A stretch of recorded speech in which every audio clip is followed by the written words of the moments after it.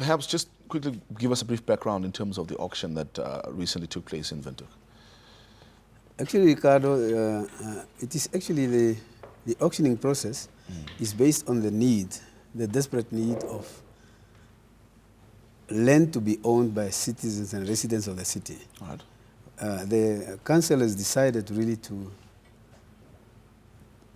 make use or try any effort or make any effort to make land available to the people in the city. So now, coming to auctioning, this piece of land was earmarked for development and to be auctioned at the end of the day. Okay. That's a long way back, almost 3 years back, before the moratorium was put on the auctioning of land throughout the country. So that's why we are saying everything was in progress. A private public partnership project was put together with the city, so that at the end of the day, this piece of land could be auctioned. That was before the moratorium was put by the ministry, or by government rather. I mean, we know that the city of Windhoek has always spoken about giving chance to first-time buyers or making them a priority in terms of this process of, especially with regards to the exorbitant land prices. But we only saw that about 50 plots were made available for the first-time buyers and close to 300 were for the second-time buyers or those that already own property. I mean, that sort of brings a concern around whether the city is really serious about looking after first-time buyers. Ricardo, this is actually a pilot project.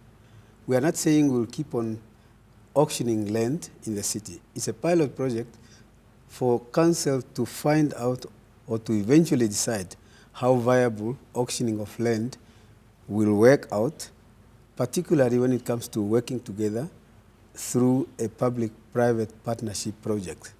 It's a pilot project, and after the auctioning, then a decision shall be taken as to whether this is the way to go, or we should rather amend here and there, or we should eventually maybe do totally away with the public-private partnership projects.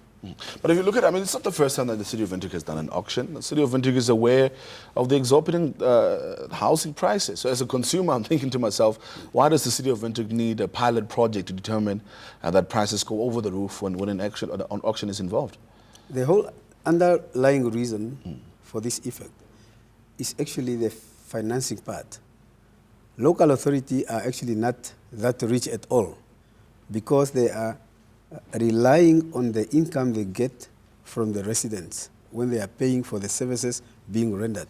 So the absence of funds is what is actually prompting the local authority to try all means and make land available to the citizens. It's not really to say they want to make money. No, that's not the end result. Because when going for auction, we go to an auction with an upset price per even.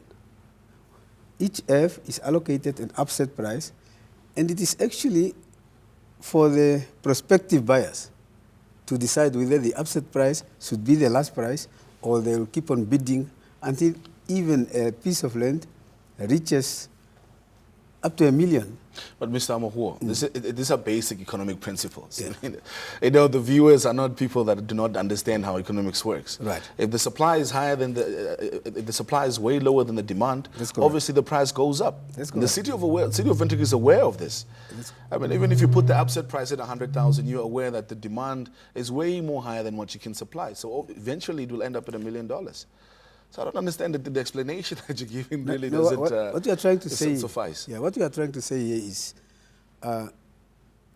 as per Local Authority Act 23 of 1992, we have a section 63 that is giving authority to each and every local authority to dispose of any piece of land, may it be through tendering, through auction, or through private treaty.